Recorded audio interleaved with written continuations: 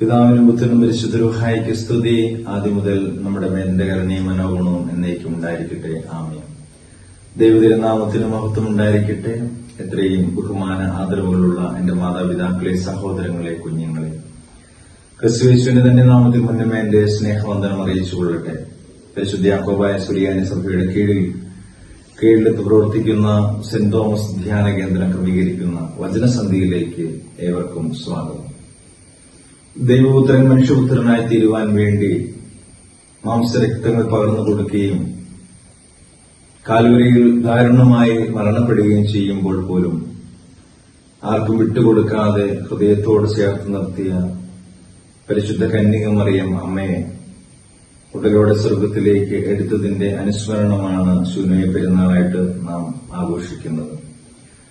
പരിശുദ്ധ സഭയെ സംബന്ധിച്ചിടത്തോളം പരിശുദ്ധ അമ്മയുടെ അനേകം മധ്യസ്ഥ പെരുന്നാളുകൾ നമ്മുടെ മുമ്പിലുണ്ട്. എങ്കിലും എല്ലാ പെരുന്നാളുകളിലും ഏറ്റവും ശ്രേഷ്ഠമായ പെരുമാറാനായ പെരുന്നാളായിട്ട് പരിശുദ്ധ സഭ ആചരിക്കുന്നത് ഈ ശൂന്യ പെരുന്നാൾ ദിവസമാണ്. അല്പസമയം പരിശുദ്ധ അമ്മയെപ്പറ്റി ധ്യാനിക്കുക എന്നുള്ളത് ഈ നോമ്പിന് ദിനങ്ങളിലൂടെ കടന്ന് പരിശുദ്ധ അമ്മയുടെ പെരുന്നാളിലേക്ക് ചേർന്ന് നിൽക്കുമ്പോൾ നമ്മുടെ ആഗ്രഹവും ആവശ്യവുമാണ്. ആരാണ് പരിശുദ്ധ കന്യക മറിയം അമ്മ? ഒരുപക്ഷെ അമ്മയെപ്പറ്റി ഒരുപാട് സ്ഥലങ്ങളിൽ ഒരുപാട് പ്രാവശ്യം പ്രസംഗങ്ങളിലൂടെയും പുസ്തകങ്ങളിലൂടെയൊക്കെ നമ്മൾ വായിച്ചു കേട്ടിട്ടുള്ളതാണ്, അനുഭവിച്ചറിഞ്ഞിട്ടുള്ളതാണ്. എന്നാൽ പരിശുദ്ധ അമ്മയെ സഭ എന്താണ്, എങ്ങനെയാണ് പ്രകീർത്തിക്കുന്നത്? നമുക്കറിയാം, ഇങ്ങനെ എഴുതി വച്ചിട്ടുണ്ട് പിതാക്കന്മാർ: ഭൂമിയിലെ സകല വംശങ്ങൾക്കും ഭാഗ്യങ്ങൾക്ക് യോഗ്യതയുള്ളവളും വിശുദ്ധിയുള്ളവളും മഹത്വമുള്ളവളും അനുഗ്രഹിക്കപ്പെട്ടവളും നിത്യകന്യകയും ഭാഗ്യവതിയുമായ പരിശുദ്ധ കന്യക മറിയം അമ്മ എന്ന് എഴുതി വച്ചിട്ടുണ്ട്. അതുകൊണ്ട് തന്നെയാണ് പരിശുദ്ധ സഭയിൽ ആരാധനക്രമങ്ങളിലൂടെ പിതാക്കന്മാർ ഇങ്ങനെ പാടി എഴുതി വച്ചിരിക്കുന്നത്: മറിയാമിന്നോർമ്മ വാഴ്വായി തീരണമേ, അവളുടെ യാചനകൾ പ്രാർത്ഥന കോട്ടയതാകട്ടെ. അത് പരിശുദ്ധ അമ്മയുടെ മധ്യസ്ഥയിൽ അഭയപ്പെട്ട് പ്രാർത്ഥിക്കുക എന്നുള്ളത് നമ്മുടെ ഓരോരുത്തരുടെയും കടമയാണ്. എന്നാൽ അല്പസമയം ആരാണ് കന്യക മറിയം അമ്മ എന്ന് നമുക്ക് ചിന്തിക്കാം.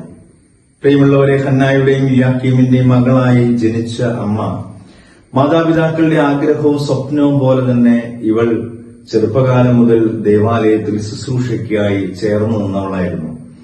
അവളുടെ സന്തോഷവും ആനന്ദവും എല്ലാം ദേവാലയത്തിൽ ഒതുങ്ങിത്തീർന്ന് അങ്ങനെ ആ ആനന്ദത്തിലായിരിക്കുന്ന സമയത്താണ് പരിശുദ്ധ കന്യക മറിയം അമ്മയിലേക്ക് ഗബ്രിയേൽ മാലാഖ കടന്നു വരുന്നതായിട്ട് കാണുവാൻ സാധിക്കുന്നുണ്ട്. നമുക്കറിയാം, അനേകം നൂറ്റാണ്ടുകൾക്ക് മുമ്പ് തന്നെ മശിഹ ജനിക്കുന്നത് കന്യകയുടെ ഉദരത്തിലായിരിക്കുമെന്ന് എഴുതപ്പെട്ടിട്ടുണ്ട്. ആ കാലഘട്ടം മുതൽ എല്ലാവരും പ്രാർത്ഥിക്കുമായിരുന്നു, മശിഹായുടെ ജനനം എന്നിലാകണം. എല്ലാ കന്യകമാരും പ്രാർത്ഥിക്കുമായിരുന്നു.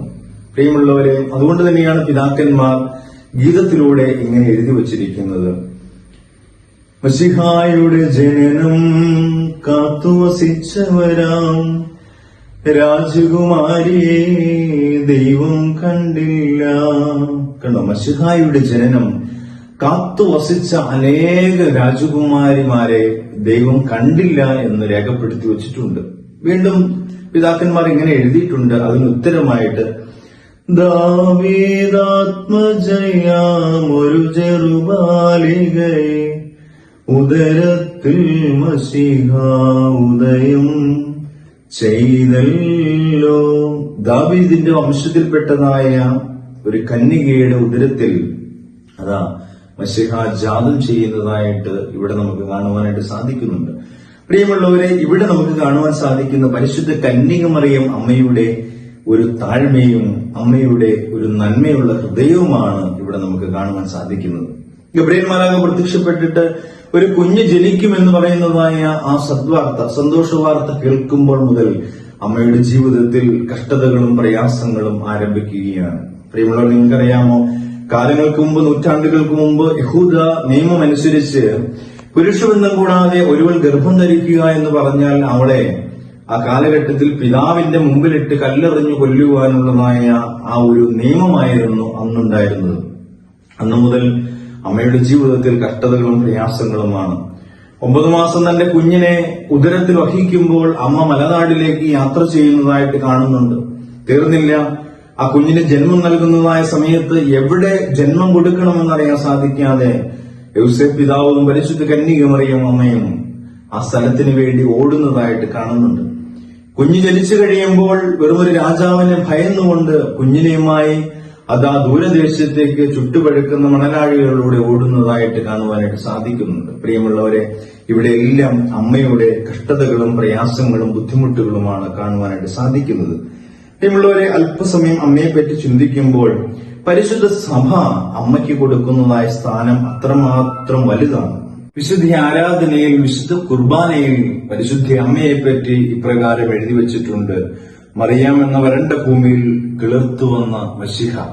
പ്രിയമുള്ളവരെ, ശ്രേഷ്ഠമായ ഈ വാചകം നമ്മുടെ ജീവിതത്തിൽ ചേർത്ത് വെക്കേണ്ടതാണ്. നമ്മുടെ ജീവിതത്തിലെ സുഖസൗകര്യങ്ങൾ, നമ്മുടെ ജീവിതത്തിലെ സന്തോഷങ്ങൾ, നമ്മുടെ ജീവിതത്തിലെ ആനന്ദങ്ങളൊക്കെ നാം കണ്ടനുഭവിക്കുമ്പോൾ മറിയാം എന്ന വരണ്ട ഭൂമിയിൽ ജനിച്ചു വളർന്ന മിശിഹ തമ്പുരാനെ ഹൃദയത്തോട് ചേർത്ത് വെക്കുവാൻ നമുക്ക് സാധിക്കണം. പ്രിയമുള്ളവരെ, അമ്മ പറയുന്നുണ്ട്, എന്റെ ആത്മാവ് രക്ഷിതാവായ ദൈവത്തിൽ സന്തോഷിച്ചു. കഷ്ടതകൾ കടന്നു വരുമ്പോൾ, പ്രയാസങ്ങൾ കടന്നു വരുമ്പോൾ, ബുദ്ധിമുട്ടുകൾ കടന്നു വരുമ്പോൾ അമ്മ പറഞ്ഞതായ വാക്കാണ്, എന്റെ ആത്മാവ് രക്ഷിതാവായ ദൈവത്തിൽ സന്തോഷിച്ചു. മത്സരമുള്ളവരെ, നമ്മുടെ ആനന്ദം എവിടെയാണ്? സാഹചര്യങ്ങളുടെ സമ്മാനമാണോ നമ്മുടെ ആനന്ദമെന്ന് നമ്മൾ ചിന്തിച്ചു നോക്കണം. ഉള്ളിന്റെ ഉള്ളിൽ നാം അനുഭവിച്ചറിയുന്നതായ ഈ ആനന്ദവും ഈ സന്തോഷവും നമ്മുടെ ജീവിതത്തിലേക്ക് കടന്നു വന്നത് എവിടെ നിന്നാണ്? നമ്മുടെ താഴ്മ കൊണ്ടാണോ? നമ്മുടെ നിർമ്മലമായ ഹൃദയം കൊണ്ടാണോ? നമ്മുടെ നന്മയുള്ള മനസ്സുകൊണ്ടാണോ എന്ന് നാം ചിന്തിച്ചു നോക്കണം. എന്നാൽ ആത്മാവ് രക്ഷിതാവായ ദൈവത്തിൽ സന്തോഷിക്കണമെങ്കിൽ അമ്മയെപ്പോലെ നിർമ്മലമായ ഹൃദയം നമ്മുടെ ജീവിതത്തിൽ ഉണ്ടാകുവാൻ പ്രത്യേകം ശ്രദ്ധിച്ചുകൊള്ളണം. വിശുദ്ധ കുർബാനയിലൂടെ, വിശുദ്ധ ആരാധനയിലൂടെ എല്ലാം പരിശുദ്ധ അമ്മയെപ്പറ്റിയും അമ്മയുടെ മധ്യസ്ഥതയെ പറ്റിയും ഒക്കെ രേഖപ്പെടുത്തി വെച്ചിട്ടുണ്ട്. നമുക്കറിയാം, ഒരു മനുഷ്യനെ സംബന്ധിച്ചിടത്തോളം സമാധാനപരമായ ഒരു മരണം അല്ലെങ്കിൽ ഒരു അന്ത്യം ഉണ്ടാകുക എന്നുള്ളത് ഏതൊരുവിന്റെ ജീവിതത്തിലും ആഗ്രഹമാണ്. വിശുദ്ധ കുർബാനയിലൂടെ പ്രമേയസ്ഥിതരായി ഇങ്ങനെ എഴുതിയിട്ടുണ്ട്: സമാധാന മനുഷ്യർക്കുള്ള നല്ലൊരു അന്ത്യത്തിന് ഞങ്ങൾ എല്ലാവരെയും യോഗ്യരാക്കി തീർക്കണമേ എന്ന്. അത്രമാത്രം ഭാഗ്യം ലഭിച്ചവളായിരുന്നു പരിശുദ്ധ കന്യകമറിയം അമ്മ. സമാധാനപരമായ നല്ലൊരു അന്ത്യം ലഭിച്ചവളായിരുന്നു പരിശുദ്ധ അമ്മ. ഉടലോടെ സ്വർഗത്തിലേക്ക് ആ പൊന്നുതമ്പുരാന്റെ സ്നേഹവും വാത്സല്യവും സ്വീകരിച്ചുകൊണ്ട് കടന്നു പോകുന്ന ഒരു അമ്മയുടെ ജീവിതമാണ് ഈ വാങ്ങിപ്പ് പെരുന്നാളിലൂടെ നാം അനുഭവിച്ചറിയുന്നത്. പ്രിയമുള്ളവരെ, വിശുദ്ധ കുർബാനയിലൂടെ നാം നോക്കുമ്പോൾ ആദിയുടെ അന്തം അമ്മയെപ്പറ്റി വളരെ ശ്രേഷ്ഠമായ രീതിയിൽ രേഖപ്പെടുത്തി വച്ചിട്ടുണ്ട്. തുബ്ദനികളിലൂടെയും വിശുദ്ധ ആരാധന ആരംഭിക്കുമ്പോഴെല്ലാം അമ്മയെപ്പറ്റിയും അമ്മയുടെ മധ്യസ്ഥതകളെല്ലാം രേഖപ്പെടുത്തി വച്ചിട്ടുണ്ട്. പ്രാർത്ഥനയിലൂടെയും ഇപ്രകാരം നാം കാണുന്നുണ്ട്: തൂയബോ ശുശ്രൂഷയിൽ മറിയാമെന്ന വരണ്ട ഭൂമിയിൽ കിളർത്തു വന്ന മശിഹ തമ്പുരാൻ. എത്രയോ ശ്രേഷ്ഠമായ ഒരു വാക്കാണ് അവിടെ നമുക്ക് കാണുവാനായിട്ട് സാധിക്കുന്നത്. ഇന്ന് നമ്മുടെ ജീവിതത്തിലെ സുഖ സൗകര്യങ്ങൾ, അല്ലെങ്കിൽ നമ്മുടെ ജീവിതത്തിലെ സന്തോഷം, നമ്മുടെ ജീവിതത്തിലെ ആനന്ദങ്ങളൊക്കെ നാം അനുഭവിച്ചറിയുമ്പോൾ മറിയാമെന്ന ആ വരണ്ട ഭൂമിയിൽ കിളർത്തു വന്ന മിശിഹ തമ്പുരാനെ നാം അറിയുന്നുണ്ടോ, സ്നേഹിക്കുന്നുണ്ടോ എന്ന് നാം ചിന്തിച്ചു നോക്കണം. ക്രിസ്തു പ്രകാരം പറയുന്നുണ്ട്, എന്താണ്? എന്റെ സമാധാനം ഞാൻ നിങ്ങൾക്ക് തരുന്നു. പ്രിയമുള്ളവരെ, നമ്മുടെ ജീവിതത്തിലെ സമാധാനം എവിടെ നിന്ന് ലഭിക്കുന്നു?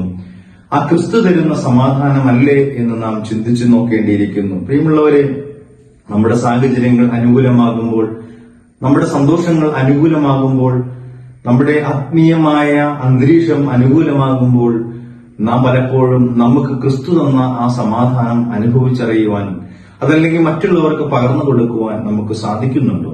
ഈ ശൂന്യ പെരുന്നാളിലൂടെ നാം ചെയ്യേണ്ടത് അമ്മയുടെ സഹനങ്ങളും അമ്മയുടെ വേദനകളും നാം അനുഭവിച്ചറിയുമ്പോൾ ആ സഹനത്തിൽ, വേദനയിൽ മറ്റുള്ളവർക്ക് സാന്ത്വനമായി തീരുക എന്നുള്ളതാണ് ഈ പെരുന്നാളിലൂടെ നാം മനസ്സിലാക്കേണ്ടത്. പ്രിയമുള്ളവരെ, അടുത്തതായിട്ട് പരിശുദ്ധ കന്യകമറിയം അമ്മോട് പറയുന്നുണ്ട്, ജീവിതം മുഴുവൻ നന്മ കൊണ്ട് നിറഞ്ഞവളായിരുന്നു പരിശുദ്ധ അമ്മ.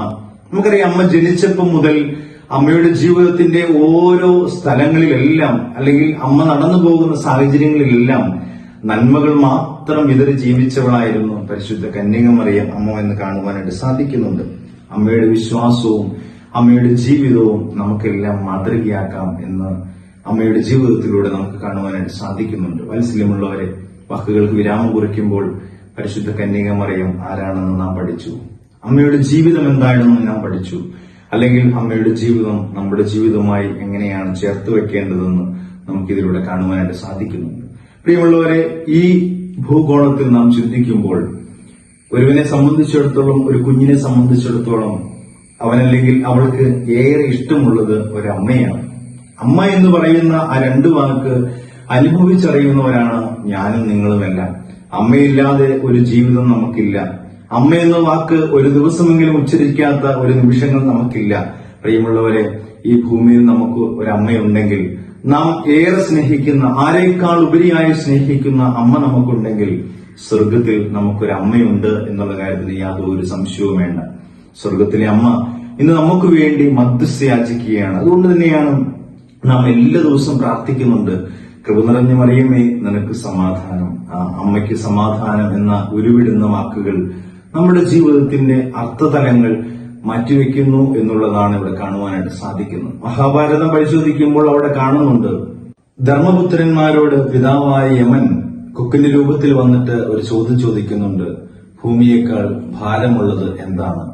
യുധിഷ്ഠിരന്റെ മറുപടി ഇങ്ങനെയായിരുന്നു, അത് അമ്മ. പ്രിയമുള്ളവരെ, എത്രയോ ശ്രേഷ്ഠമായ ഒരു വാക്കാണ് അമ്മ എന്ന് പറയുന്ന വാക്ക്. പ്രിയമുള്ളവരെ, നമുക്കും ഒരു അമ്മയുണ്ട്, സ്വർഗത്തിലെ അമ്മ. അമ്മയുടെ നന്മയും അമ്മയുടെ മാധുര്യമുള്ള ഹൃദയവും അനുഭവിച്ചറിയുന്നവരാണ് നാം ഓരോരുത്തരും. അമ്മയുടെ മധ്യസ്ഥയിൽ അഭയപ്പെട്ട് പ്രാർത്ഥിക്കുന്ന എല്ലാവർക്കും അതിന്റെ അനുഗ്രഹമുണ്ട് എന്നുള്ള കാര്യത്തിൽ യാതൊരു സംശയവും വേണ്ട.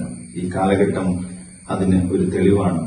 അനേകം പരിശുദ്ധമായ ദേവാലയം അമ്മയുടെ പെരുന്നാൾ ആഘോഷിക്കുമ്പോൾ, അമ്മയുടെ മധ്യസ്ഥയിൽ അഭയപ്പെട്ട് പ്രാർത്ഥിക്കുമ്പോൾ അനേകായിരങ്ങൾ അമ്മയുടെ മധ്യസ്ഥയിൽ ചേർന്നു വരികയാണ്. അത്ഭുതങ്ങളും അടയാളങ്ങളുമായി ഇന്ന് അമ്മ നമ്മുടെ കൂടെയുള്ളപ്പോൾ അമ്മയുടെ മനസ്സും അമ്മയുടെ ജീവിതവും നമുക്ക് മാതൃകയാക്കാം. മറിയാമെന്ന വരണ്ട ഭൂമിയോട് ചേർന്ന് നിൽക്കുമ്പോൾ നമ്മുടെ ജീവിതവും അമ്മ കാണിച്ചുന്ന നന്മയോടും ചേർത്ത് വെച്ച് ഒന്ന് തിരിച്ചറിഞ്ഞ് നമ്മുടെ പെരുന്നാൾ ആഘോഷങ്ങളെല്ലാം വെറും ഒരു ആഘോഷങ്ങളായി മാറാതെ, മറിച്ച് അമ്മയെ പോലെ ജീവിക്കുവാൻ, ജീവിതം ക്രമപ്പെടുത്തുവാൻ, അത് മറ്റുള്ളവർക്ക് മാതൃകയായി പറഞ്ഞു കൊടുക്കുവാൻ നമുക്ക് ഓരോരുത്തർക്കും സാധിക്കട്ടെ എന്ന് മാത്രം ആശംസിച്ചുകൊണ്ടും പ്രാർത്ഥിച്ചുകൊണ്ടും എല്ലാവർക്കും വാങ്ങിപ്പ് പെരുന്നാളിന്റെ എല്ലാ ആശംസകളും നേരുന്നു. അതോടൊപ്പം സ്വാതന്ത്ര്യദിനത്തിന്റെ എല്ലാ നന്മകളും ആശംസകളും നേർന്നുകൊണ്ട് വാക്കുകൾ ഉപസംഹരിക്കുന്നു. ദൈവം എല്ലാവരെയും അനുഗ്രഹിക്കട്ടെ.